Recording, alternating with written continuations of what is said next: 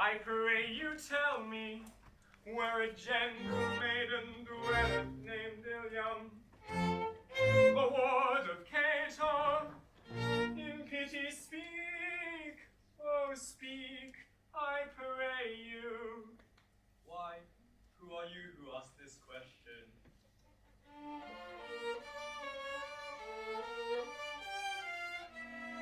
Come, gather round me, and I'll tell you.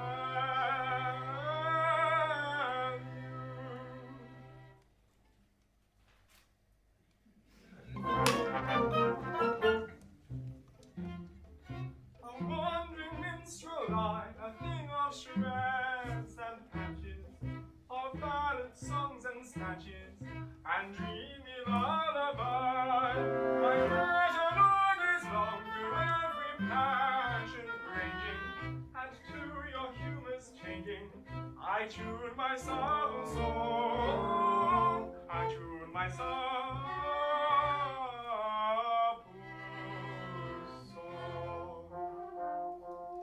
Are you in sentimental mood?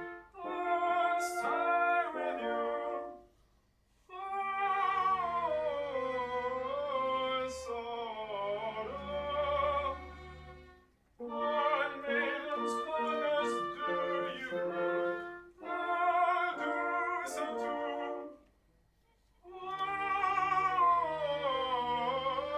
Sorrow. I'll charm your weary ears with songs of lovers' fears, while sympathetic tears might chasten you.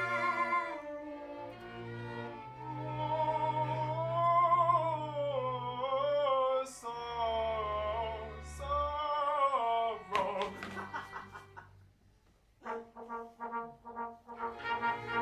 But if patriotic sentiment is wanted, I've patriotic ballads cut and dried. For wherever our country's banner may be planted, all other local banners are defined. Our warriors in serried ranks assemble, never quail or be conceited if they do. And I shouldn't be surprised if nations tremble before the mighty drums of hooves of Miseno.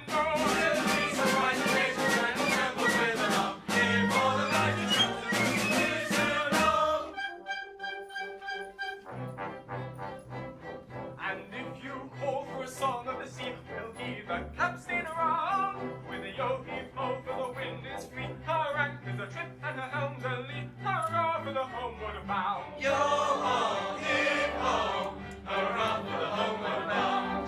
To lay aloft in a howling breeze, they tickle a landsman's pace. But the happiest now a sailor sees is when he's down at an inland town with his Nancy on his knees. Yo-ho! And his arm around her waist. The nervous captain of because the windlass makes us round. With a yo-heave-ho and a rum below, hurrah for the homeward bound. With a yo-heave-ho and a rum below. Yo-ho! Yo-ho! Yo-ho! Yo-ho! Yo-ho! Yo-ho! Yo-ho!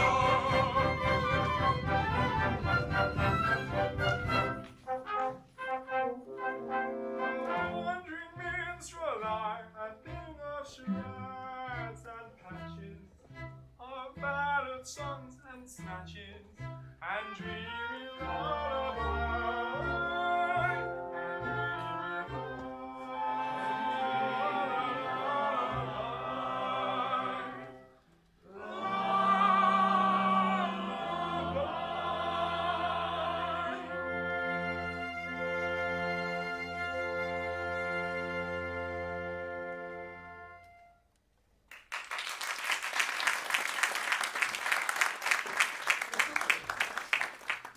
And what may be your business with idiom? I'll tell you. A year ago, I was a member of the Miseno town band. It was my duty to take the cat round for contributions. Whilst discharging this delicate office, I saw Ilium. We loved each other at once, but she was betrothed to Cato, a cheap tailor, her guardian. And I saw that, well, My suit was hopeless. Overwhelmed with despair, I quitted the town. Judge of my delight when 1 month ago I heard that Cato had been condemned to death for flirting.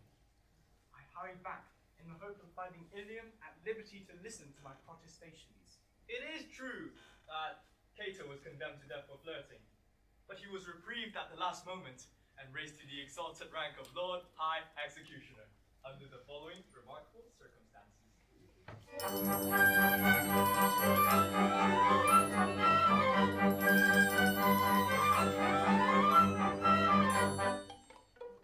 Our great Augustus, virtuous man, when he to rule our land began, resolved to try a plan whereby young men might best be steady.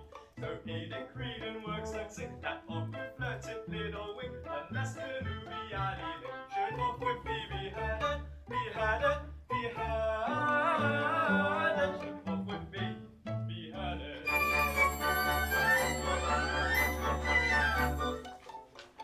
And I expect your lord that he will strike to sole decree, and I am right and you are right, and all is right as right can be. And you are right and we are right, and all is right as right can be. And all is right as right can be. Right as right can be.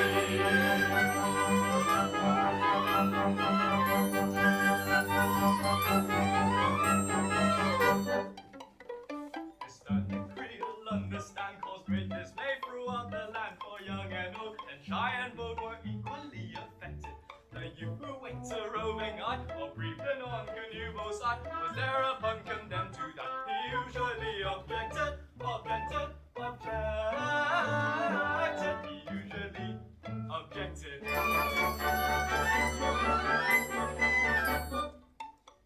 And you'll allow, as I expect, that he was right to so object, and I am right and you are right, and all is right as right correct. And you are right and we are right, and all is right as right correct. And everything is quite correct. All is right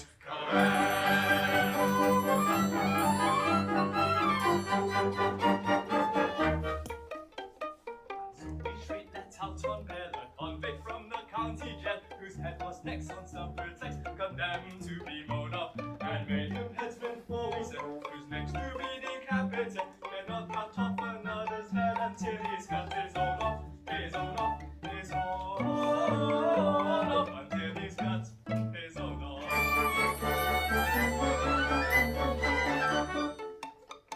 And you'll allow, as I expect, that he was right to so object, and I am right and only you're right, and all is right as right can be. And you are right and we are right, and all is right as right can be. And everything is quite correct. All is right.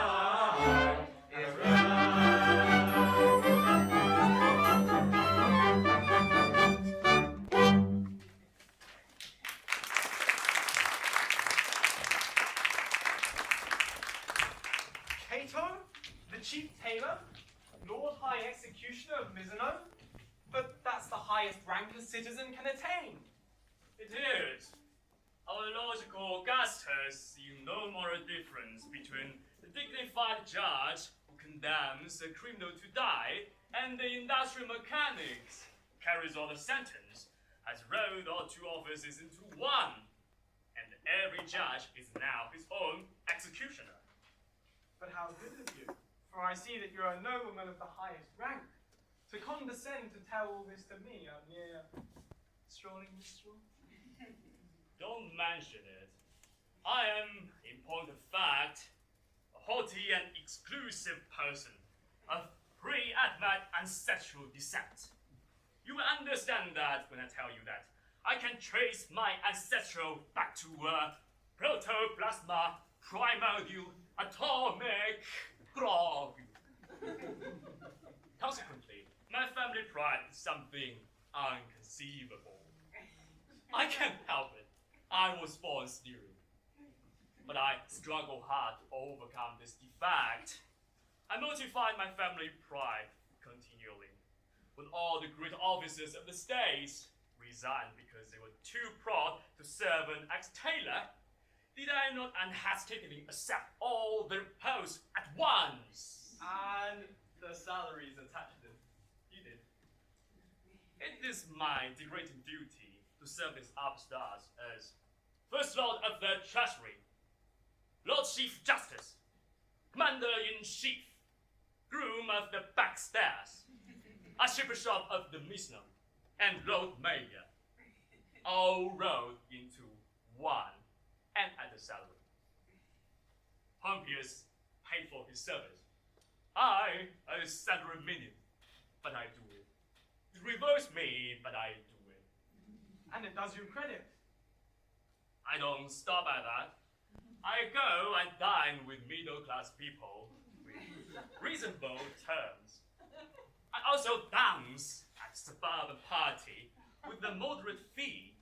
I also retail state secrets with a very low figure. For instance, any further information about helium would be considered as a state secret.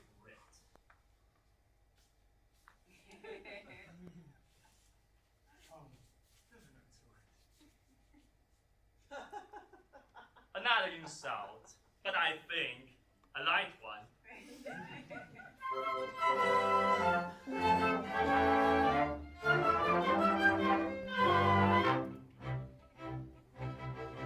Young man, despair likewise go to helium the fan. You must know it will not do. I'm sorry for you, you very imperfect ablutioner. This very day from school, helium, we went away and home come with me the drum and the rum come to where the Lord High Executioner. And the brass will crush, and the trumpet ring, and the cardinal is wedding day. She will talk away as forever with the Lord High Executioner. And the brass will crash, and the trumpet ring, and the cardinals on their wedding day. She'll run away as forever with the Lord High Executioner.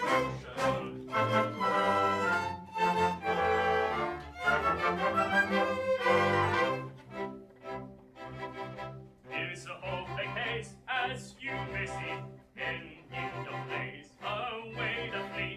But don't blame me, I'm sorry to be of your pleasure, a diminution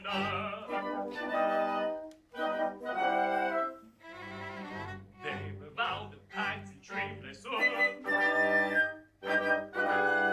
In point of fact this afternoon, the harder with that with some commands so usual.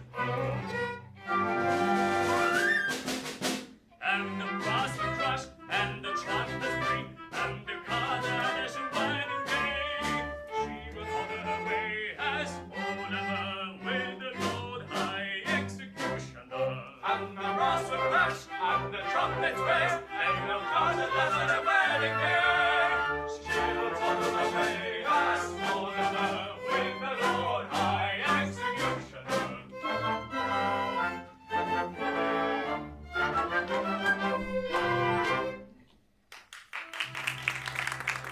And so I journeyed for a month, or nearly, to learn that Ilium, whom I love so dearly. This day to Cato is to be united.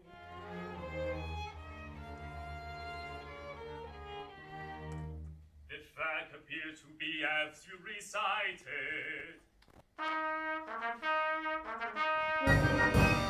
But here he come, equipped as with his station. He will give you handy further information.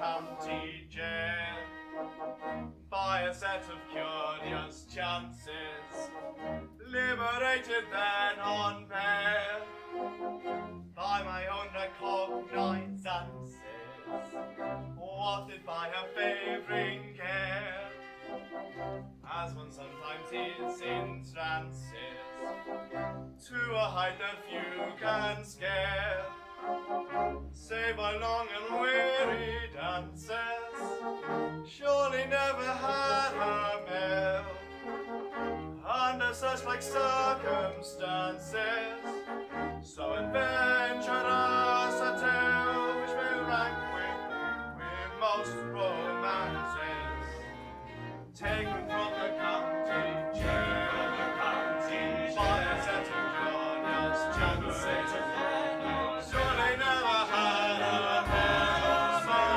adventurous a tale. Depart, depart to the Lord High Executioner. Depart, depart to the noble Lord, to the noble Lord High Executioner. To the Lord High Executioner. Depart, depart to the noble, noble Lord High Executioner.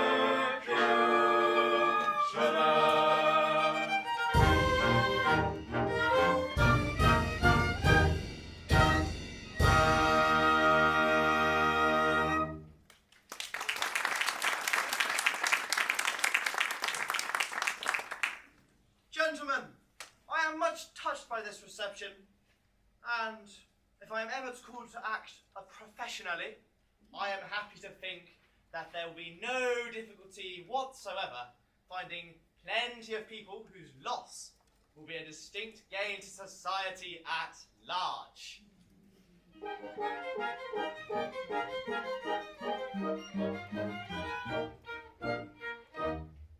As Sunday it may happen that a victim must be found, I've got a little list of society offenders who might well be underground, who never would be missed. There's the pestilential nuisance of the service station staff, or people who have flabby hands and irritating naps, or children on wax tablets who always drop their plane. I've nearly done 1 second, a continuous refrain, and orphan readers who in spoiling private just assist. Let none of them be missed, let none of them be missed. He's got them on the list, he's got them on the list, and let none of them be missed, let none of them be missed. There's the deluded, foolish person who insists the world is flat, the conspiracy theorist, I've got him on my list. The impression their elections and wear silly strange tin hats, they never would be missed, he never would be missed. Then the idiot announcing with enthusiastic tone, all lovers thoughts but his and every suffer but his own. Then the force we have as consul who all I diss us nay, and ministers of state who act like in a play, and that singular anomaly, the novice lyricist, I don't think they'd be missed, I'm sure they'd not be missed. He's got them on the list, he's got them on the list, and let none of them be missed, let none of them be missed. There's those folks with perfect pitch who always somehow let you know, the tuning egoists, I've got them on my list. All cat lovers who tell you that their pet is clever, so then none of them be missed, then none of them be missed. Inexperienced directors of an amateurish kind, who shows up blocked by someone that's polite who doesn't mind, and something or another wants his name and you know who. The task of filling in the blanks I'd rather leave to you. But it really doesn't matter who you put up on the list, let none of them be missed, let none of them be missed. You may put them on the list, you may put them on the list, and let none of them be missed, let none of them be missed.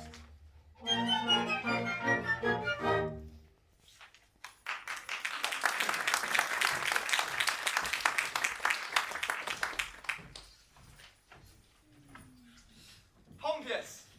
It seems the festivities in connection with my approaching wedding must last a week. I should like to do it handsomely, and wish to ask you about the amount which I ought to spend upon them. Certainly, in which of my capacities, as First Lord of the Treasury, Attorney General, Chancellor of the Exchequer, or your private secretary? Suppose we say as my private secretary. Speaking as your private secretary, I should say that, and the city will have to pay for it. Don't stand it, do it well. As the city will have to pay for it. That is your advice? As private secretary. Of course, you should understand that as Chancellor of the Exchequer, I am bound to see the due economy is observed. But you said just now, don't stint yourself, do it well. As private secretary. And now you say due economy must be observed. As Chancellor of the Exchequer. I see.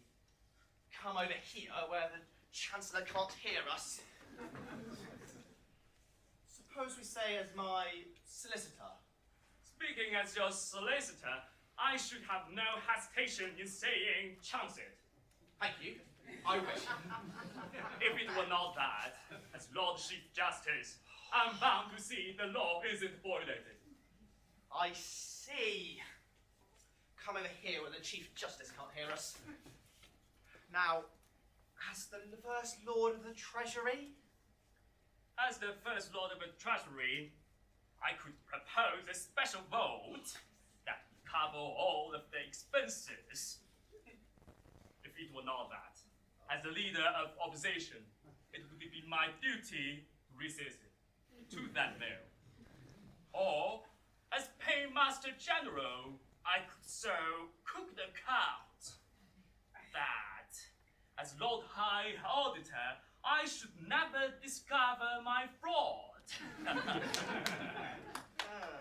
But as Bishopric of the Miseno, I'm bound to see I should have the dynasty to denounce my dishonesty and give myself into my own custody as First Commissioner of Police. That's extremely awkward. I don't say that all of the distinguished people couldn't be squared, but they can only be insulted with a very considerable bribe. The matter should have my careful attention. But my bride and her sister's approach, any little compliment on your part would be an esteemed favour. No money, no grovel.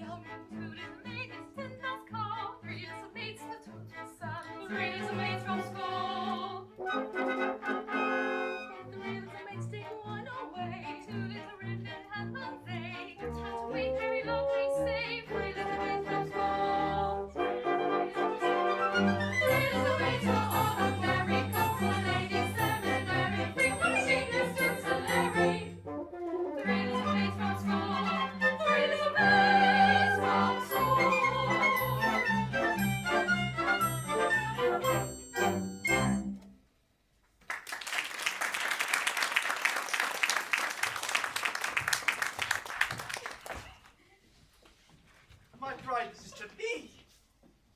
You're not going to kiss me before all these people, are you? Well, that was the idea. It seems odd, doesn't it? It's rather peculiar. Oh, I expect it's all right. Must have a beginning, you know? Well, of course. I know nothing about these things, but I've no objection if it's usual.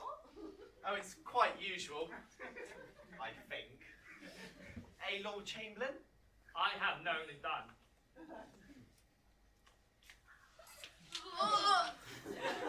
Thank goodness that's over. Why, that's never you.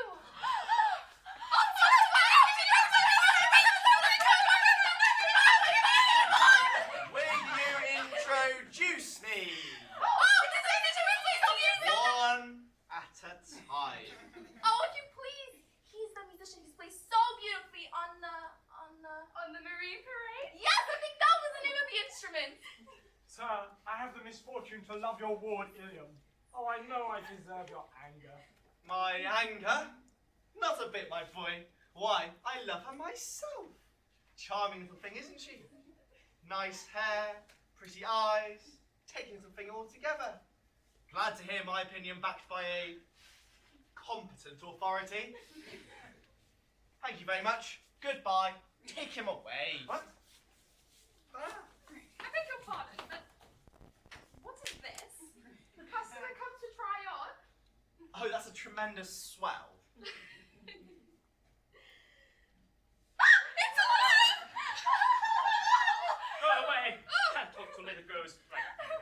Go away! That's dears. Pompous, allow me to introduce my three wards. The one in the middle is my bride-elect. What do you want me to do to them? Mind, I will not kiss them. No, you needn't kiss them. A little grovel, nothing more. You needn't mean it, you know. It goes against the grain. They are not young ladies. They are young persons. Come, make an effort. There's a good nobleman. Well, I shall mean it. How do you do? Oh, my protoplasma assessment. That's very good. I see nothing to laugh at. And very painful to have to say, how do you do? How do you do? I'm not in the habit of speaking. How do you do, little girls? How do you do? To anybody under the rung of the stockbroker. Don't laugh at him. He can't help it. I think he's getting treatment for it. Don't mind them. They don't understand the delicacy of your position. We know how delicate it is to be. I should think we do. How a nobleman of your importance can do it at all is a thing I never can, never shall understand.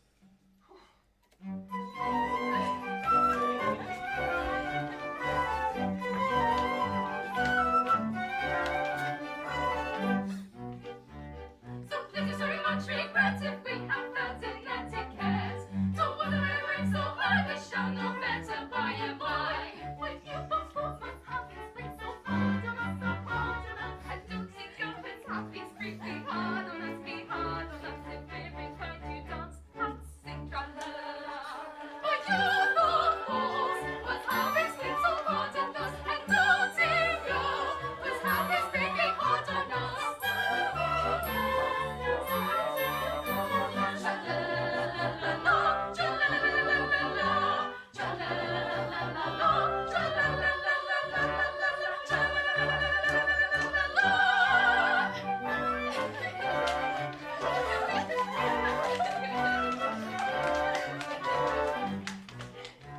I think Puerto Rico, like you, cannot show too much respect. There was hardly time curfew, but nobody does, and why should you?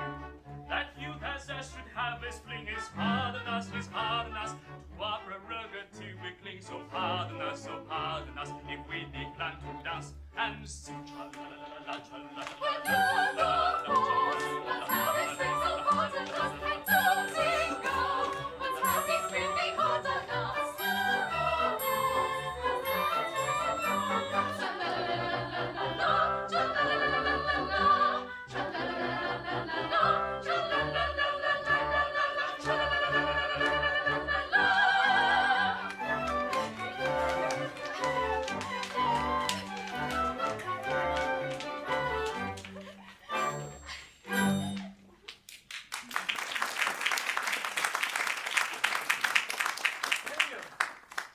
At last we are alone. I have sought you night and day for 3 weeks, and now I find you are to be wedded to your guardian this afternoon. Alas, yes. But you do not love him. Alas, no. Modified rapture. But why do you not refuse him? What good would that do? He's my guardian, and he wouldn't let me marry you. But I would wait until you were of age. You forget that in ancient Rome, girls only arrive at years of discretion until they are 50. True. From 17 to 49 considered years of indiscretion. Besides, a wandering minstrel who plays a string instrument outside tea houses is hardly a fitting husband for the ward of a Lord High Executioner. But, should I tell her? Yes, she will not betray me. What if it should prove that after all, I am no musician? Well, I knew that as soon as I heard you play. What if it should prove that after all, I am no other than the son of His Majesty, the Augustus? The Augustus? But why is your highness disguised? And what has your highness done? And does your highness promise never to do it again? Some years ago, I had the misfortune to captivate Agatha, an elderly lady of my father's court. She misconstrued my customary affability into expressions of affection and claimed me in marriage under my father's law.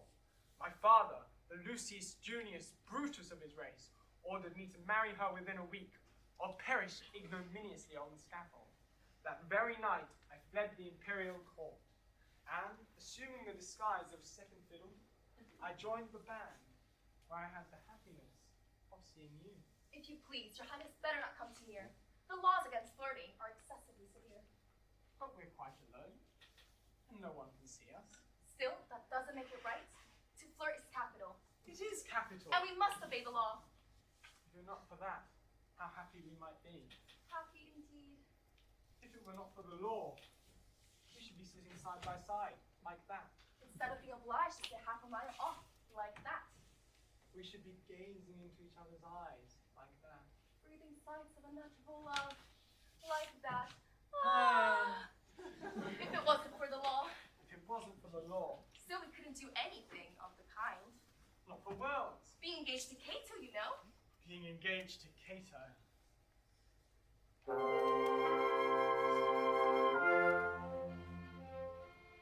Were you not to Cato plighted, I would send tender tone. Love, and let us be united, let us be each other's own. I would merge all rank and station, worldly sneers are naught to us, and to my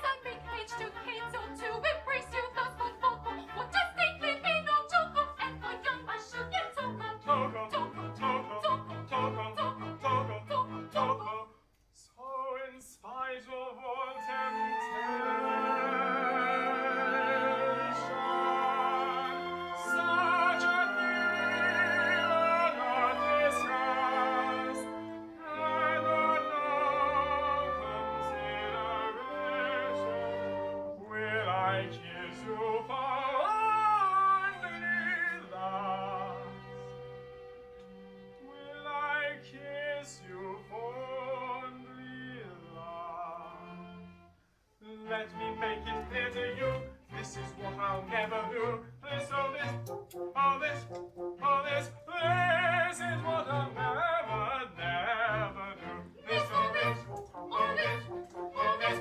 This is what I'll never do. You'll never do. I'll never do. You'll never do. Oh this, this is what I'll never,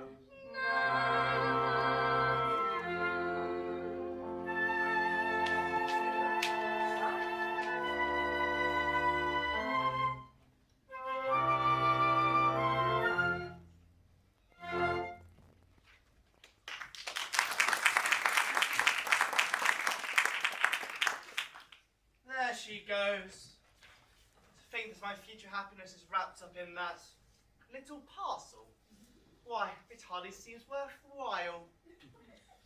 Oh, matrimony. What is it now? Can't you see I'm soliloquizing? You have interrupted an apostrophe, sir. I am the bearer of a letter from His Majesty the Augustus. A letter from the Augustus? What in the world could he possibly have to say to me?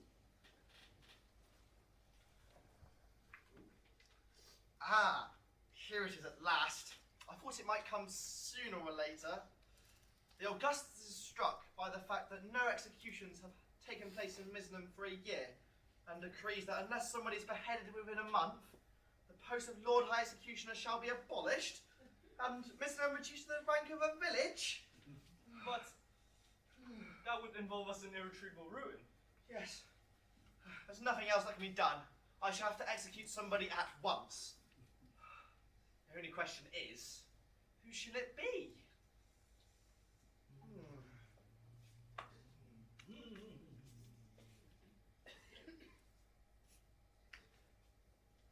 Well, it seems unkind to say so, but as you are already under sentence of death for flirting, everything seems point to you. To me? I can't execute myself. Why not? Well, because, in the first place, self-decapitation is an extremely difficult, not to say dangerous, thing to attempt. And second, well, it's suicide, and suicide is a capital offence. That is so, no doubt. And I don't see how a man can cut off his own head. A man might have a try. Even if you only succeeded in cutting it half off. That would be something.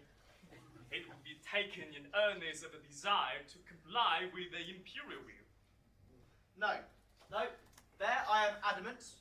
As official headsman, my reputation is at stake, and I cannot consent to embark on an operation unless I can see myself to a successful result.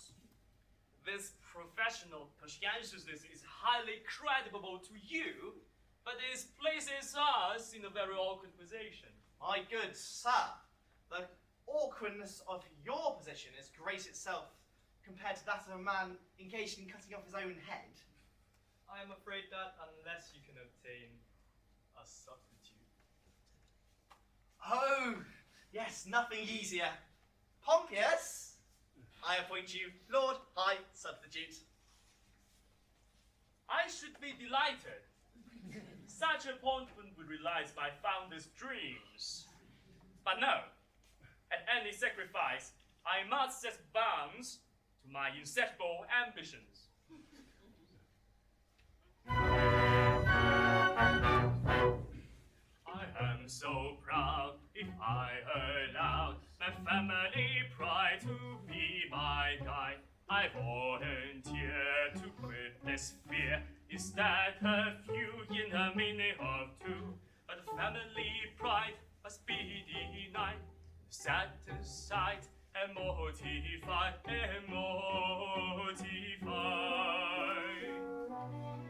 My brain it teems with vengeance schemes for good and new for Miseno, but if I did the benefit that I diffuse the town would list. Now every man to aid his clan must plot and plan as best he can. I heard one day a gentleman say that criminals who are caught in two can hardly feel the fatal steel. Also, or slain were Is it foolish, jolly for you? Your courage fruits of innocent youth. I'm so proud. In teams with endless schemes for good and new. Listen, don't, and if I fail to vanish in the light, the town will face. Now every graduate is clever, not to run as best he can. And so, although I'm ready to go, yet recollect what disrespected I neglect to thus effect this head indirect. So I object. And so, although I wish to go, and grilly pine and British and take the line of imperial fun, quick and done, I must decline. And go and show for friend and oh how much you dare. I'm quite aware it's your affair, yet I declare I take your share, but I don't much care. I must So I object. your share, but I don't. So I object. Your share, but I don't. So I object. Your share, but I don't. So I object. So I object. So I object. To sin and solemn silence in a long, in a awaiting the sensation of a shot from a cheap and Jimmy shot on a big black block. To sin and solemn silence in a long, in a pestilential fest of a lifelong love. Awaiting the sensation of a shot from a cheap and Jimmy shot on a big black block. A lifelong love, a shot, a black block. To sin and solemn silence in a pestilential prison, awaiting the sensation of a cheap and Jimmy shot on a big black block.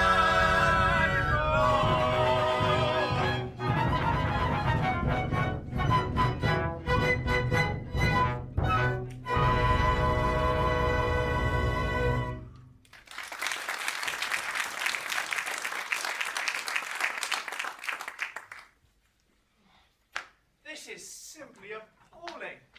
I, who allowed myself to be respited at the last moment, simply in order to benefit my native town, am now required to die within a month, and to that by a man whom I've loaded with honours. Is this public gratitude? Is this... Go away, sir! How dare you? Can't you see I'm soliloquizing? Oh, go on. Don't mind me. What are you going to do with that rope? I am about to terminate an unendurable existence. Terminate an endurable existence? Nonsense, sir. I can't allow that. It's because you are going to marry the girl that I adore. What? It's the nonsense, sir. Why? Because you're going to marry the girl I adore. Why, stop, sir. Desist at once. If you attempt anything to try and stop me, I can instantly perform the happy dispatch with this dagger. No, stop, sir. This is appalling. Are you aware in committing suicide, you're committing a crime which is... Oh! Substitutes. What's the matter? Are you absolutely resolved to die? Absolutely. Will nothing shake your resolution? Nothing. Threats, entreaties, prayers, all useless? All. My mind is made up. Then, if you're absolutely certain in what you say, and nothing whatsoever will shake your determination, and you are absolutely resolved to die, don't spoil yourself by committing suicide, but be beheaded handsomely at the hands of the public executioner. But I don't see how that would benefit me. You don't? Come, observe. You'll have a month to live, and you'll live like a fighting cock at my expense. And when the day comes, there'll be a grand public ceremony. There'll be bands, a dead march, bells tolling, all the girls in tears. Ilium distracted. And remember, you'll be the central figure. No one will attempt to deprive you of that distinction. And when it's over, general rejoicings and a display of fireworks in the evening. I mean, you won't be there, but they'll be there all the same. Do you really think Ilium would be distracted at my death? My good sir, I'm convinced of it. Bless you, she's the most tender-hearted little creature alive. I should be sorry to cause her pain. Perhaps if I were to travel in Africa for a few years, I could contrive to forget her. I don't think you forget her that easily. Besides, what's more miserable than a love-blighted life? True. Life without Ilium, why, it seems absurd. And And yet there are a great many fellows who have to endure it. Or devils, yes. You're quite right not to be of their number. I won't be of their number. Noble fellow. I'll tell you how we'll manage it. Let me marry Ilium tomorrow, and in a month you may behead me. No, I draw the line at Ilium. Well, if you can draw the line, so can I. No, stop. Listen one moment. Be reasonable. How can I consent to your marrying Ilium if I'm going to marry her myself? My dear fellow, she'll be a widow in a month. You can marry her then. That's true. I quite see that. But sir, my position in the next month will be most unpleasant. Most unpleasant. Not half so unpleasant as my position at the end of it. Yes. Well, I agree. After all, it's only putting off my wedding by a month. But you won't prejudice her against me, will you? As you see, she's been educated to be my wife and been taught to view me as a good and honest man. I would not like her view on that point disturbed. Trust me, she'll never learn the truth from me.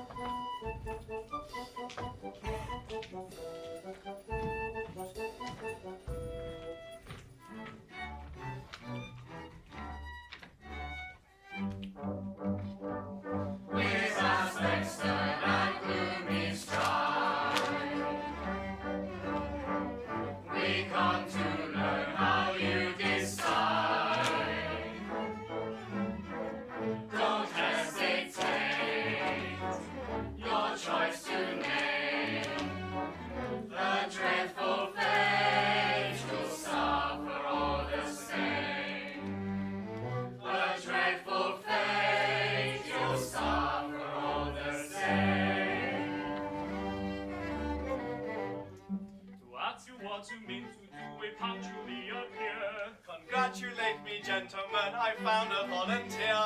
The ancient Roman riverman from here. 'Tis Quintilis. Hail Quintilis. He will save us.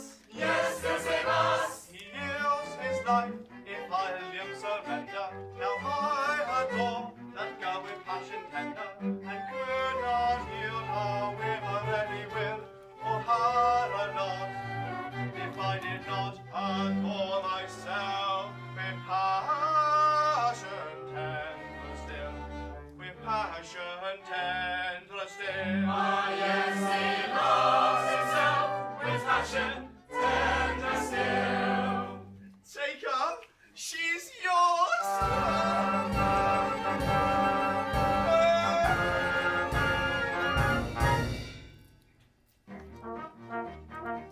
The threatened cloud has passed away. Although the night may come too soon.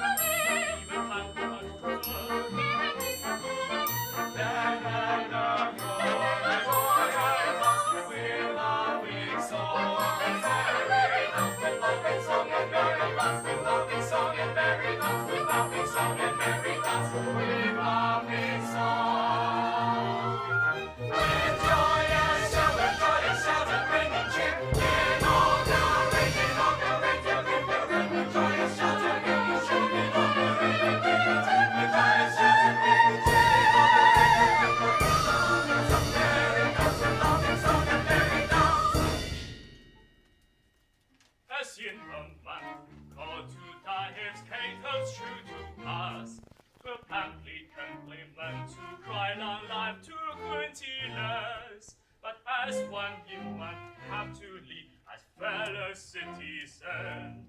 this toast we 3 times 3 will give.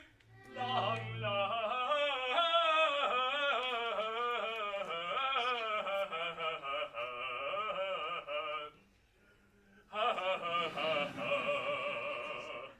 Long life to you.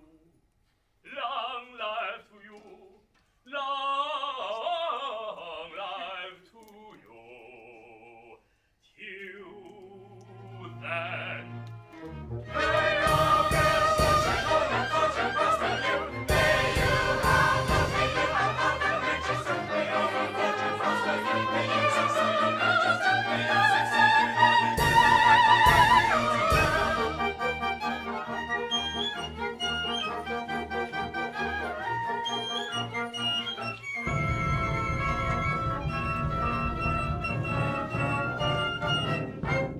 Your revelries, assist me, all of you. Why is this to see the eyes and minds of festivities? Acclaim my perjured lover, Quintilas. Oh, fool to shun the lights, but never cry. The lead attendee work undone. Oh, blind, oh, shallow fool, come back to joy. Away, you favored one. Ah, 'tis Agatha, the maid of whom I told you. No, you shall not go. These arms are thus and forth.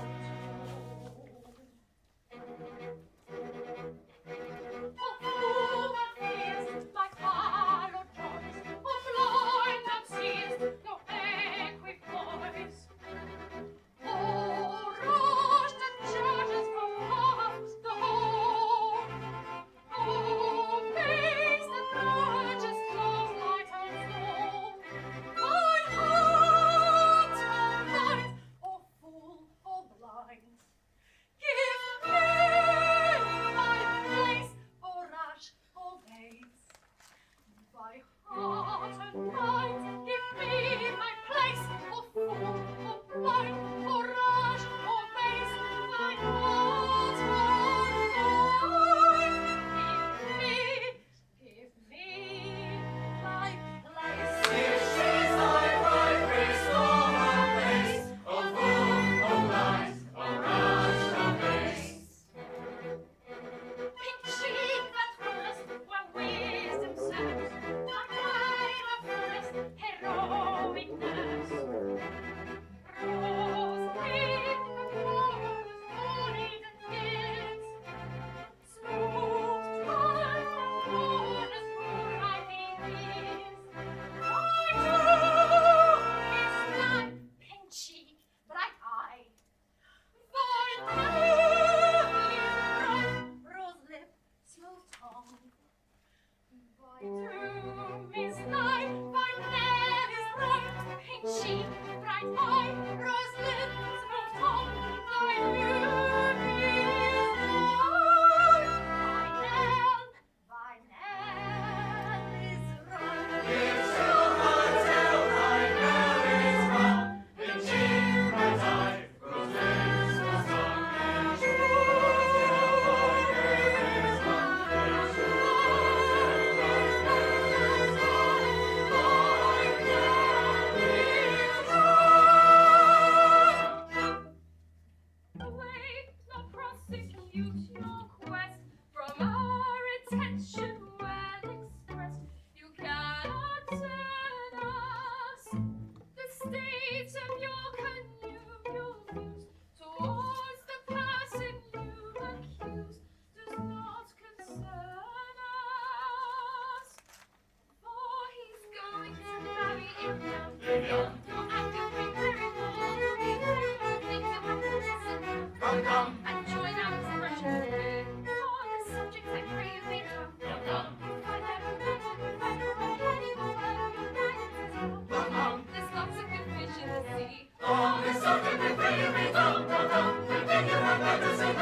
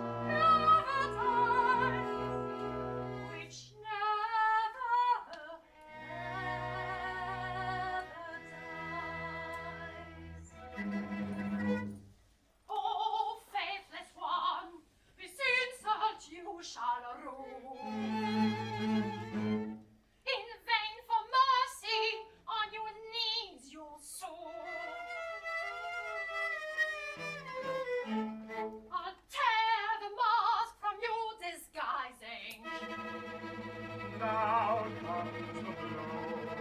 Prepare yourself for new surprising. How foil my foe? No minstrel he, despite bravado. I know he is the son of your. In vain you interrupt with this tornado. He is the only son of you. I spoke. You Gambado, he is the son. He's the son of your. The son of your.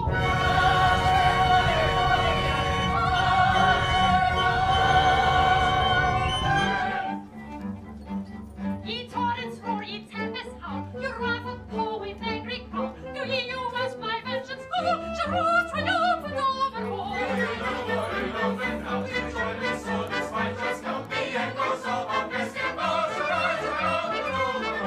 Prepare for war, ye haughty lords. At once I go, Augustus falls.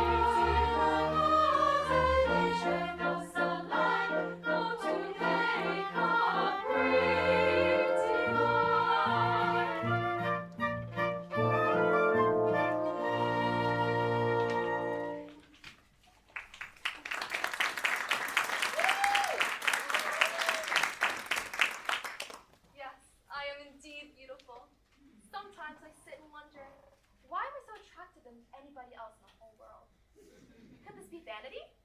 No. Nature is lovely and rejoices in her loveliness.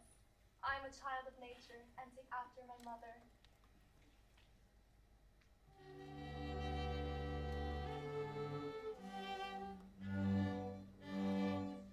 The sun whose rays are all ablaze with ever-living glory does not deny his majesty, his wants to tell a story.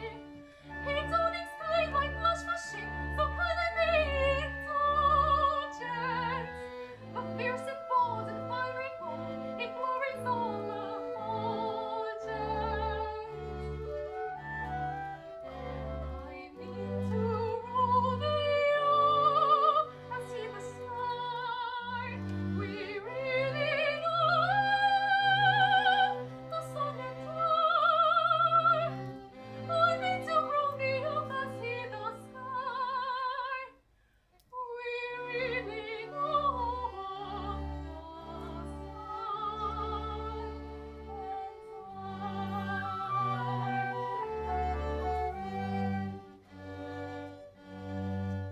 observe his flame that casts a deep, the moon's celestial highness. There's not a trace upon her face of diffidence or shyness. She hovers neither through the night, that might come in all the gleamer. The truth to tell, she lights above, so I for one don't blame her. Braving glorious thing, we are not shy. We're very minded of all that time. Afraid make no mistake, we are not shy. We're very wide awake, the moon and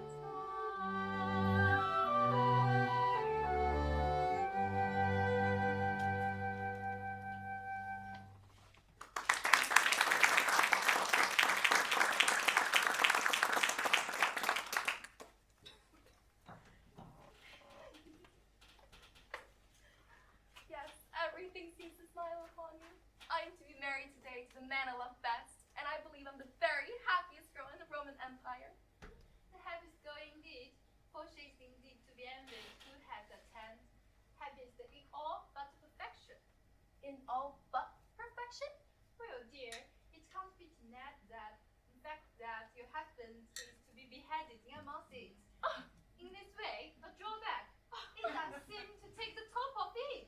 I don't know about that. It all depends. At all events, he will find it a drawback. Oh, I don't know about that. Oh, bless you, it all depends.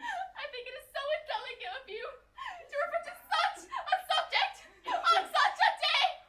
If my married happiness is to be cut short. Well, cut short in a month. Can't you let me forget it? What's this? William in tears? In her wedding morn? They've been reminding me that in a month you're to be beheaded. Yes, we've been reminding her that in a month you're to be beheaded.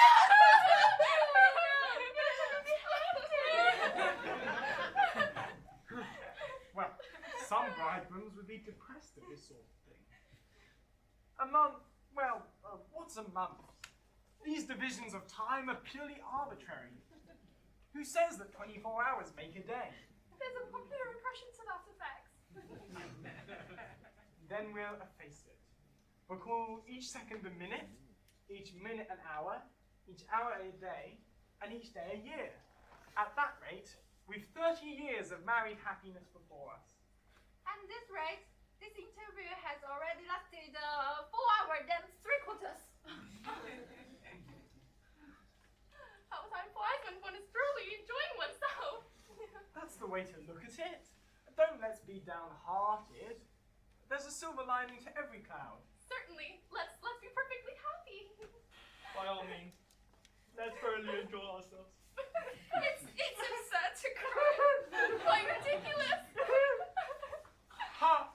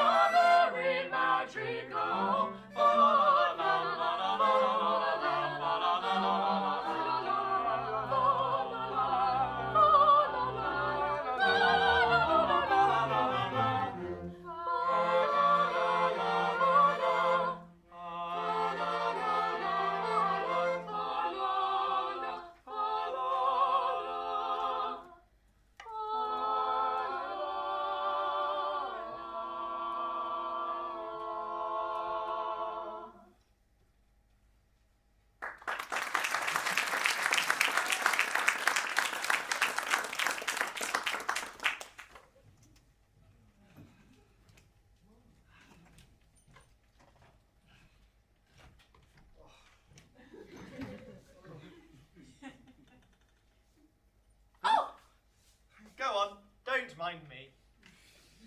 I'm afraid we're distressing you. No, I must get used to it. Now, oblige me by placing your arm round her waist. There, let me get used to that first. Wouldn't you like to retire? It must have pain to see us so affectionate together. No, I really must get used to it. Allow her to rest your head upon your shoulder. Like that? Yes. Oh, it's horrible. Now, kiss her. Oh. This is simple torture. How come? After all, it's only for a month. No, there's no use persuading oneself. What do you mean? You never can be mine. I'm so glad! I've just ascertained by the Augustus' law that when a married man is beheaded, his wife is buried alive. Buried alive? Yes, buried alive. It's a most unpleasant death. But, whom did you get that from? Oh, from Pompeius. He's my solicitor. But he may be mistaken. So I thought. So I consulted the Judge Ordinary, the Lord Chancellor, the Commander-in-Chief, Groom of the second floor front. I'm all of the same opinion. Never knew such unanimity on a point of law before in my life. But stop a bit. I mean, this law has never been put in force. Oh, not yet. You see, flirting is the only crime punishable by death, and married men never flirt. Ah, of course. I quite forgot that. Well, I may assume that my dream of married happiness is at an end. Darling, I don't want to appear selfish, and I love you with all my heart. I don't suppose I shall ever love anybody else's half as much. But you know, when I agreed to marry you, I had no idea, pet, that I would be a bit... Buried Buried alive alive in a month! Nor I. It makes a difference, doesn't it? It does make a difference, of course. You see, buried alive is such a stuffy death! I call it a beast of a death. You see my difficulty, don't you? Yes, and I see my own. If I insist upon you carrying out your promise, I doom you to a hideous death. But if I release you, well, you marry Cato at once. Here's the how to do if I marry you. When your son has got to perish, then the maiden who you cherish must be slaughtered too. Here's the how to do. Here's the how to do. Here's a pretty mess, in a month or less. I must die without a wedding, let the bitter tears I'm shedding witness my distress. Here's a pretty mess, here's a pretty mess. Here's the state of things, to her life she clings. Matrimonial devotion doesn't seem to suit her notion, burial it brings. Here's the state of things, here's the state of things. We've a passion that's intense, I worship Mikado, but the laws of common sense we want to ignore. If one says it's true, 'tis death to marry you.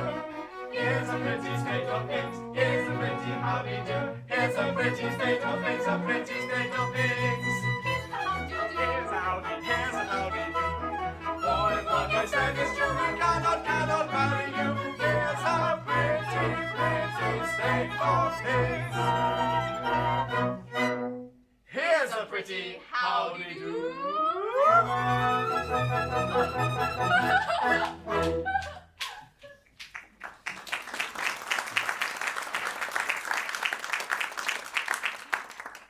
My good sir, I'm most terribly sorry for you. Thanks, old fellow. I'm sure you are. You see, I'm quite helpless. I quite see that. Oh, it's a horrible feeling to have one's wedding broken off at the last moment. But you shan't be disappointed of a wedding. You shall come to mine. That's awfully kind of you, but that's impossible. Why so? Today I die. No, stop it. Don't be silly. I can't live without Ilium. This afternoon, I performed the Happy Death Match. No. You can't be serious. Why, you're under contract to die by the hands of the public executioner in a month's time. And if you die now, well, what's to become of me? Why, I'm going to die in your place. It would certainly seem so. What now, Lord Mayor? The Augustus and his wits are approaching this city and will be here in 10 minutes. The Augustus. He's no doubt come to ascertain if I've carried out his orders. Right. A bargain's a bargain, and you mustn't frustrate the ends of justice by committing suicide. As a good gentleman, you're bound to die ignominiously by the hands of the public executioner. Very well. Behead me. What? Now? Certainly. Chop at once. Off. Chop it off. Chop it off. Chop it off. Chop it off. My good sir, I don't go round prepared to execute people at a moment's notice. Why? I've never even killed a blue bottle. Still, as Lord High Executioner, My good sir, as Lord High Executioner, I am prepared to execute him in a month. Well, why? I don't know how it's done. I mean to take lessons. I'm going to start with a guinea pig and work my way through the animal kingdom until I come to the second fiddle. Why? You don't think I'd have accepted the post of Lord High Executioner if I hadn't thought the duties purely nominal? Why, I don't know how it's done. I can't kill anybody. I can't kill you.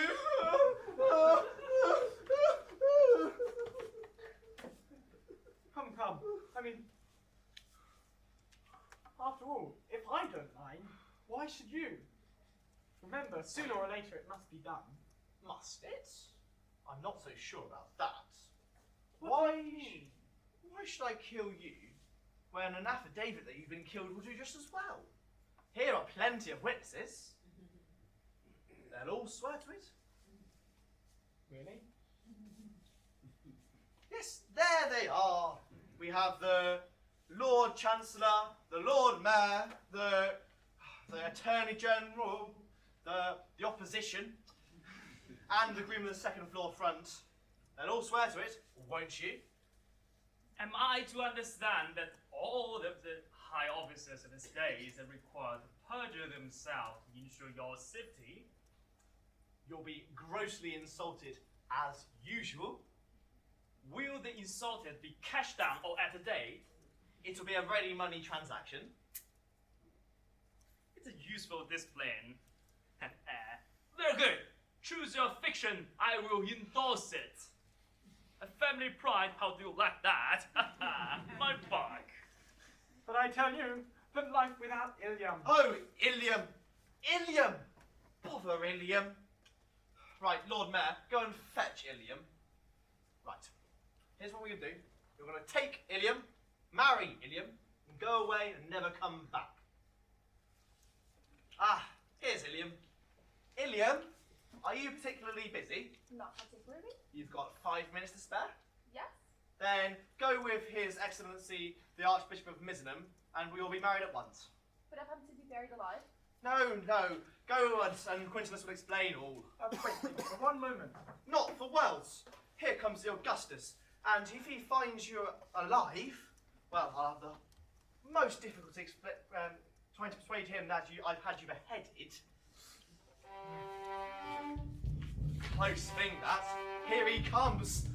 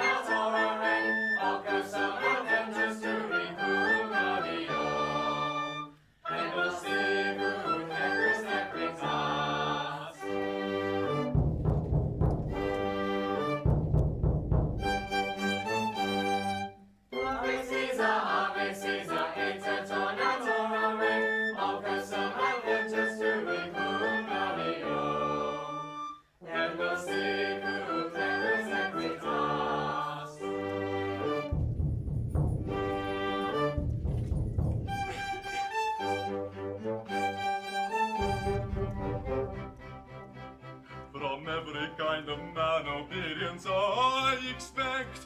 I'm the emperor of all Rome. And now his daughter-in-law elect, he'll marry his only good one to his daughter-in-law elect. My morals have been declared particularly correct. But they're nothing at all compared with those of his daughter-in-law elect.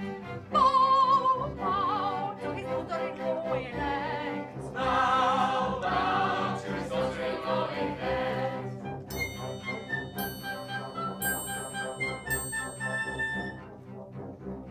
In a fatherly kind of way, I govern each tribe and sect, or cheerfully own my sway. Except his daughter-in-law elect, as tough as a bird with a will of her, is his daughter-in-law elect. My nature is love and light, my freedom from all defect. He's insignificant quite compared with his daughter-in-law elect. Bow, bow to his daughter-in-law elect. Bow, bow to his daughter-in-law elect.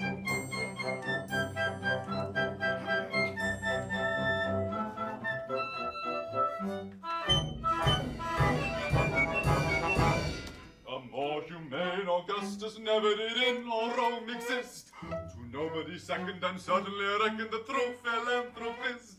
It is my very humane endeavor to make, to some extent, each evil ever a running river of harmless merriment. My object all sublime, I shall achieve in time, to let the punishment fit the crime, the punishment fit the crime, and make each prisoner pant, unwillingly represent a source of innocent merriment, of innocent merriment. All prosy, dull society sinners who chatter and preach and bore are sent to hear sermons from mystical Germans who preach from 10 till 4. The amateur tenor whose vocal villainies all desires to shirk shall during off hours exhibit his powers to madam to sword wax work. The lady who dyes a chemical yellow or stains her grey her puce, or pinches her figure is painted with vigor, a permanent walnut juice. The idiot who in railway carriages scribbles on window panes, we only suffer to ride on a buffer in parliamentary trains.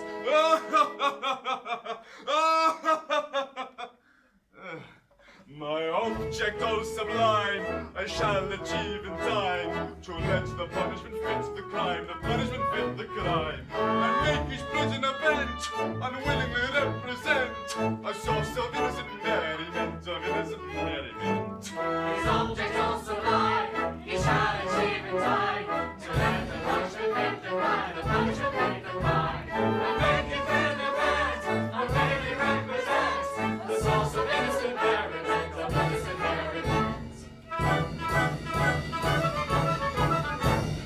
Advertising quack who wearies with tales of countless cures, his teeth have enacted shall all be extracted by terrified amateurs. The musical singer attends a series of masses and fugues and ops, with Bach and the wound by Swan and Beethoven as classical Monday pops.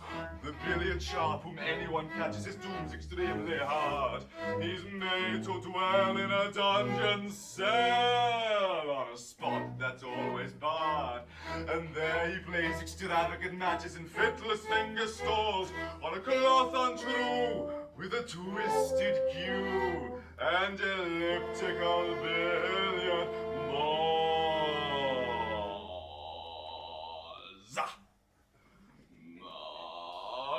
My object all sublime, I shall achieve in time, to let the punishment fit the crime, the punishment fit the crime, and make each prisoner bent, unwillingly represent a source of innocent merriment, of innocent merriment. His object all sublime, he shall achieve in time, to let the punishment fit the crime, the punishment fit the crime, and make each prisoner bent, unwillingly represent a source of innocent merriment, of innocent merriment.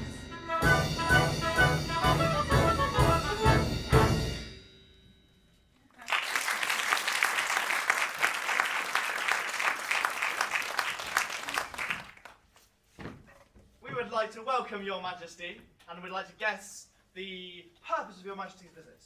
Your orders have been carried out. The gentleman has been executed. Oh, you've had an execution, have you? The coroner has just handed me his certificates. I am the coroner. And this is the certificate of his death. At Miseno, in the presence of the Lord Chancellor, Lord Mayor Groom of the second floor front, Attorney General, Secretary of State, and there's quite an awful lot here. They were all present, Your Majesty. I counted them myself.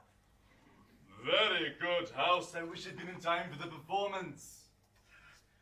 A terrible fellow he was too, of gigantic strength. His struggles were terrific. He was quite an excellent scene. Describe it.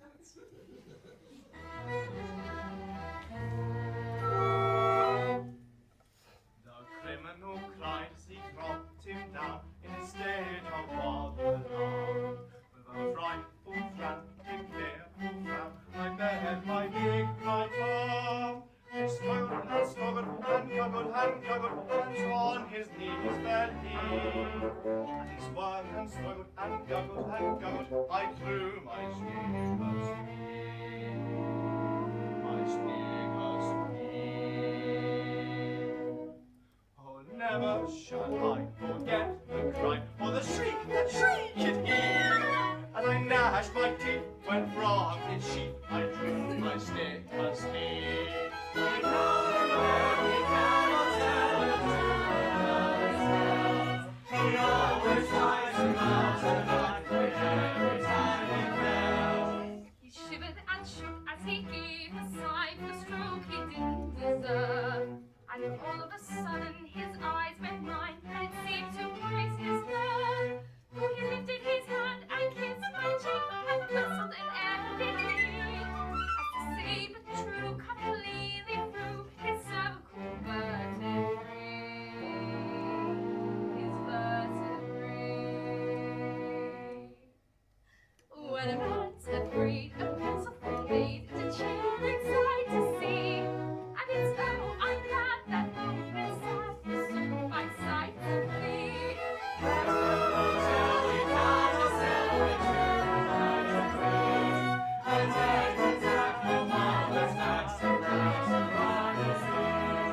Although you have said that hat was that for his own, not as would be. It stood on his neck with a smile well bred and bowed 3 times to me. It was none of your impudent off-hand-out as humble as could be. For he clearly knew that effort was due to a man of pedigree.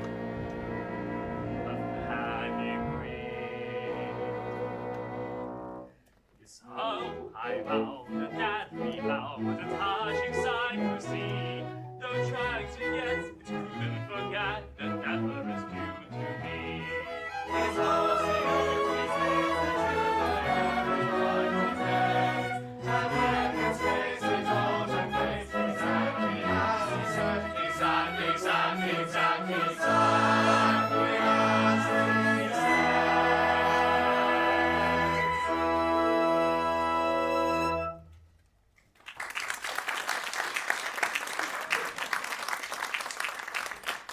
Oh, this is very interesting, and I should like to have seen it. But we came about a totally different matter. You see, a year ago, my son, the heir to the throne of Rome, bolted from our imperial court. Had he any reason to be dissatisfied with his position? On the contrary, I was going to marry him, yet he fled. I am so surprised that he should have fled from one so lovely. That's not true. It is. You hold that I am not beautiful because my face is plain, but you know nothing. You are still unenlightened. Learn then that it is not in the face alone that beauty is to be sought. My face is unattractive, It is. but I have a left shoulder blade that is a miracle of loveliness. People come miles to see it. My right elbow has a fascination that few can resist. Allow me. It is on view Tuesdays and Fridays on presentation of a visiting card. As for my circulation, it is the largest in the world. and yet he fled. And is now masquerading in this town, disguised as A second fiddle? Yes, would it be troubling you too much if I asked you to produce him? He goes by the name of Quintilis. You see, it's quite easy. Rather, it's quite difficult. You see, he's gone abroad. Gone abroad? His address? Knightsbridge. Yeah. What's the matter? See here! His name! Quintilis! Beheaded this morning! Oh, where shall I find another? Where shall I find another? Dear, this is very tiresome. My poor fellow, in your anxiety to carry out my wishes, you have beheaded the heir to the throne of Rome. I would like to offer an unqualified apology. I desire to associate my expression of regret. We really hadn't the least notion. Of course you hadn't. How could you? Come, don't distress yourself. It's no fault of yours if a man of exalted rank wants to disguise himself as a second fiddle. He must bear the consequences. Oh, come, it really distresses me to see you take on so. I'm sure he thoroughly deserved all he got. We are infinitely obliged, Your Majesty. Oh, much obliged, Your Majesty. Very much obliged, Your Majesty. Obliged, not a bit. Don't mention it. I mean, how could you tell? Of course, we couldn't tell who the gentleman really was. Yes, it wasn't written on his forehead, you know. It might have been on his student ID card, but we haven't invented them yet.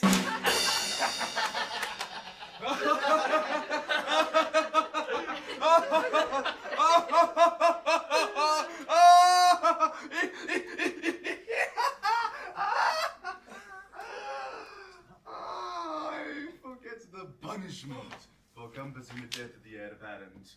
Punishment? Oh yes, something lingering with boiling oil, I fancy. Something of that sort. I think boiling oil occurs in it, although I don't quite remember. I know it's something humorous. With either boiling oil or Melted lead. oh, melted lead. Oh, come, don't fret. I'm not a bit angry. Your Majesty will accept our assurance. We really had no idea. Of course. I wasn't there. We really knew nothing about it. That's the pathetic part of it. The fool of an act says compassing the death of the heir apparent. There's not a word about a mistake. No? Or not knowing. No? Or having no notion. No? Or not being there. No! There should be, of course. Yes? But there isn't. That's the slovenly way in which these acts are always written up. However, cheer up, it'll be all right. I'll have it altered. Huh? Next session. Now then, let's see about your execution. Will after luncheon suit you? Can you wait till then? Yes, we can wait till then. Then we'll make it after luncheon. I don't want any lunch. I'm really very sorry for you all, but it's an unjust world, and virtue is triumphant only in theatrical performances. See how the fates their gifts allot, for A is happy, B is not, yet B is more worthy, I dare say, of more prosperity than A. Is be more worthy. I should say it brought a great deal more away. Yet A is happy, oh so happy, laughing, ha ha, chuffing, ha ha, nectar quaffing, ha ha ha, ever joyous, ever gay, happy undeserving A, ever joyous, ever gay, happy undeserving A.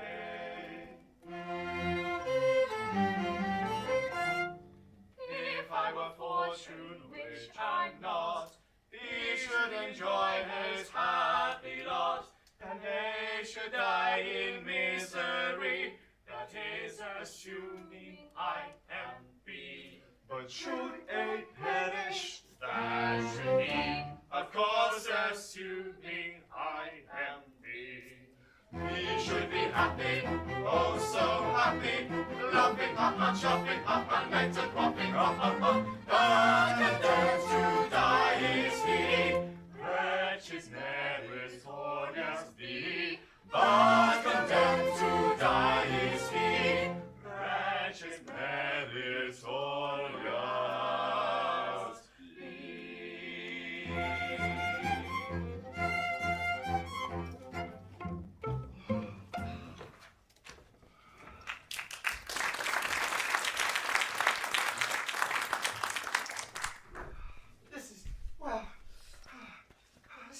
No, you must always put your nodding head in a deference due to a man of pedigree. Merely corroborative detail intend to give artistic verisimilitude to, in other words, bold and unconvincing narrative. Corroborative detail? Indeed, corroborative fiddlestick. Well, not just as bad. If you're catching his eye and whistling in air, well then that's just like you. You must always put in your all. But how about your big right arm? Yes, and your snicker-snee. Well, enough about that now. There's only one thing to be done. Quintus hasn't started yet, and he must come to life at once. Here he is. Quintus, I have good news for you. You're relieved. Oh, but it's too late. I'm a dead man, and off on my honeymoon. Nonsense, nonsense. A terrible thing has just happened. It seems you're the son of the Augustus. Yes, but that happened some time ago. Is this time for airy persiflage? Your father is here, and with Agrippa. My father, and with Agrippa. He wants you particularly. So that's she. Oh, but he's married now. What is it, my good girl? What has that got to do anything with it? Well, Agrippa claims me in marriage. Oh. But I can't marry her because I'm married already. Consequently, she will insist upon my execution. And if I'm to be executed, then my wife will have to be buried alive. You see our difficulty, don't you? I do. I'm not quite sure what's to be done. There is one chance for you. If you could persuade Agrippa to marry you, well, she'd have no further claim on me, and I could come back to life without any fear of being put to death. I marry Agrippa? It's the only course. Oh, my darling, have you seen her? She's something revolting. But that's just her face. She has a left elbow which people come miles to see. I am told he right heel is much admired by Augustus. Oh, good sir. I decline to put my future happiness on any lady's right heel. It comes to this. While Agrippa is single, I prefer to remain a disembodied spirit.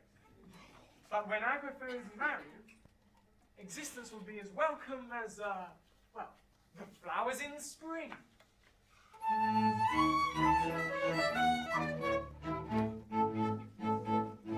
The flowers which bloom in the spring, our love we promise the fairy sunshine. As we merrily dance and we sing, tra-la, we welcome the hope that they bring, tra-la, our summer of roses and wine, our summer of roses and wine. And that's what we mean when we say the thing is welcome as flowers which bloom in the spring. Tra-la-la-la-la-la-la-la-la, flowers which bloom in the spring. Tra-la-la-la, tra-la-la-la, tra-la-la-la-la.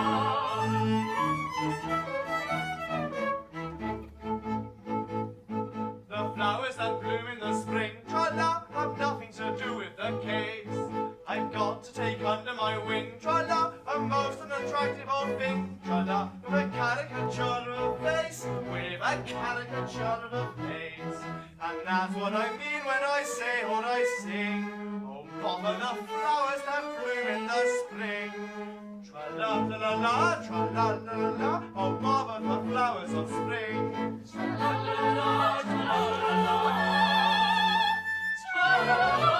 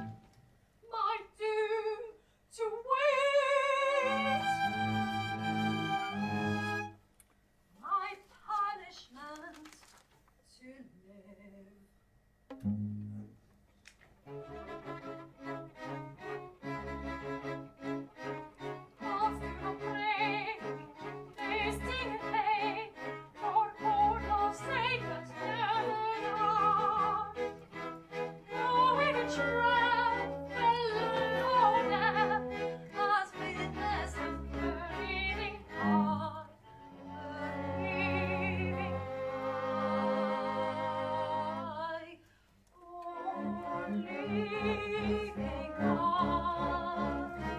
Come tell me more, when hope is gone, those thoughts take on. Why linger here when all is free? Oh, living God, come tell me more, when hope is gone, those thoughts take on.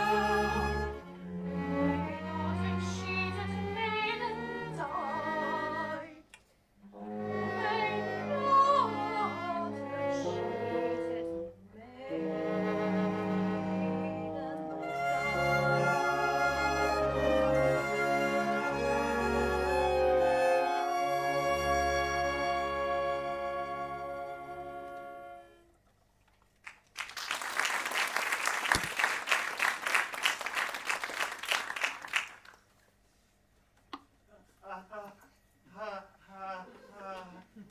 Agrippa?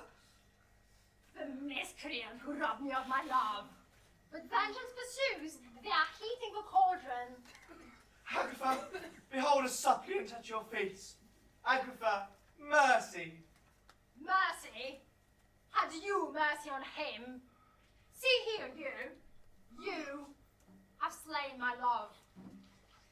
He did not love me, but he would have loved me in time. I am an acquired taste. Only an educated palate can appreciate me. I was educating his palate when he left me. Well, he is dead. And where shall I find another? It takes years to train a man to love me. Am I to go through the weary round again and at the same time implore mercy for you who robbed me of my prey, my pupil? Just as his education was on the point of completion. Oh, where shall I find another? Where shall I find another? Here. What? Agrippa, for years I have loved you with a white-hot passion that is slowly consuming my very vitals. Ah, shrink not from me. If there's aught of woman's mercy in your heart, Agatha, do accept my love. Though I have been hiding that very love under a poor mask of disgust. The fire that lives inside me spreads forth with strength that cannot be counted, that cannot be measured. We're using words that cannot be schooled, that cannot be weighed, that should not be too severely criticised. Agatha, I dare not hope your love, but I will not live without it. Agatha, mercy. You, who stands to reek with the blood of my betrothed, you dare address words of passion to the woman you have so foully wronged. I do, Agatha. Please accept my love, or I perish on the spot. God too, who knows as well as I that no one ever yet died of a broken heart? You do not know what you say. Listen.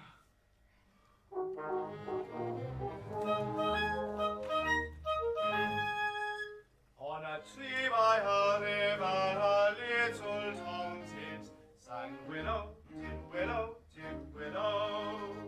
And I said to him, Dickieber, why do you sit? Oh, willow, did willow, did willow. Is it weakness of intellect, Betty, I cried, or a rot of worm in your little inside? With a shake of his poor little head he replied, oh, willow,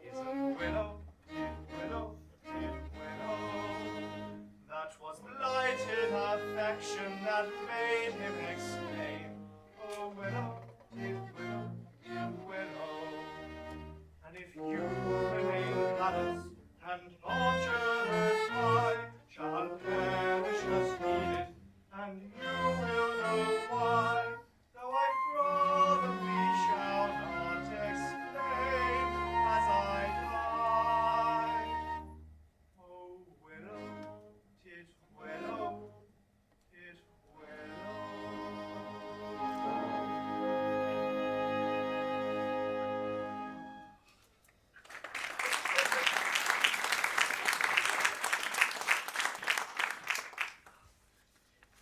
Did he really die of love? He really did. All on account of a cruel little hen? Yes. Oh, poor little chap.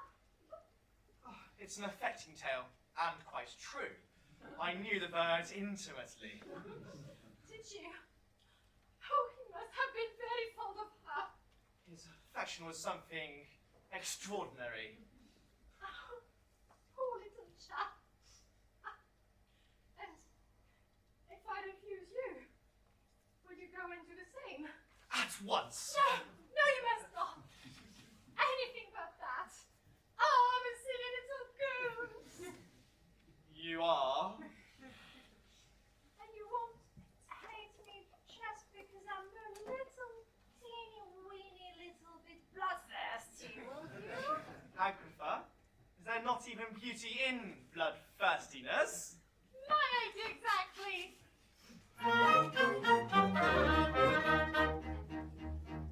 Betty's beauty in the battle of the force. Betty's thunder in the roaring of the gale. Betty's arrow in the roaring of the lightning. The roaring of the tiger is the lashing of his tail. Yes, I like to see the tiger from the Congo or the Niger, and especially when a lashing of his tail. The lady with his window and his dream. And earthquakes can be terrified the dogs. You keep the scientific that is nothing but anything in the morning of a flight of the balls. Yes, in spite of all my weakness, if I have a little weakness, it's a passion for a flight of thunderbolts. If that is something, away we'll go and merrily go, tally, so babies go.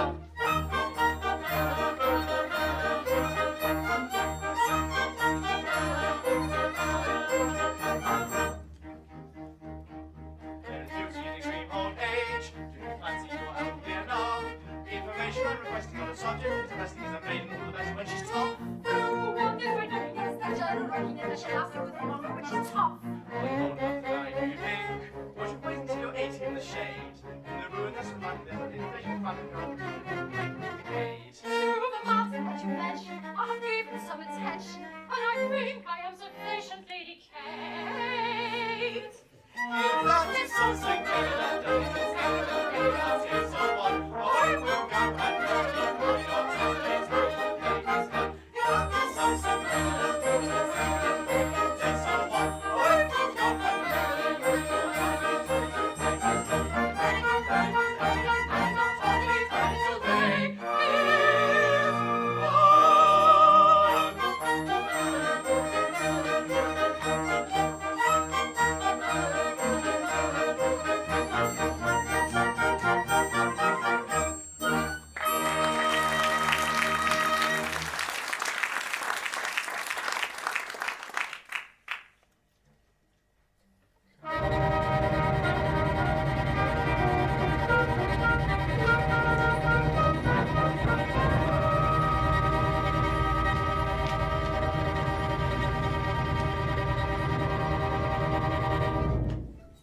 Now then, we've had a capital lunch and we're quite ready. Have all the painful preparations been made? Your Majesty, all is prepared. Then produce the unfortunate gentleman and his two well-meaning but misguided accomplices. Mercy! Mercy for Cato! Mercy for Clelia! Mercy even for Pompeius! Sorry, I don't think I quite caught that last remark. Mercy even for Pompeius. Your Majesty, my husband that was to have been is dead, and I have just married this miserable object. Well, you've not been long about it. We were married before the registrar. I am the registrar. I see. But my difficulty is that as you have slain the heir apparent, The heir apparent is not slain. bless my heart, my son. And your daughter-in-law elected. Traitor! You have deceived me! Yes, yes, I think you're entitled to a little explanation, but he'd give it better whole than in pieces. Majesty, it is true that I said I had executed Quintilis. Yes, with most affecting particulars. Merely corroborative detail you intend to give an artistic verisimilitude. Well, you always put in your. Right, Your Majesty, you'll see it was like this. When Your Majesty says a thing should be done, it is done, because Your Majesty's will is law. When Your Majesty says a man is told off to be killed, he is told off to be killed. Practically, he is dead. And consequently, he is as good as dead. Therefore, why not say that he's dead? I see. Nothing could possibly be more satisfactory.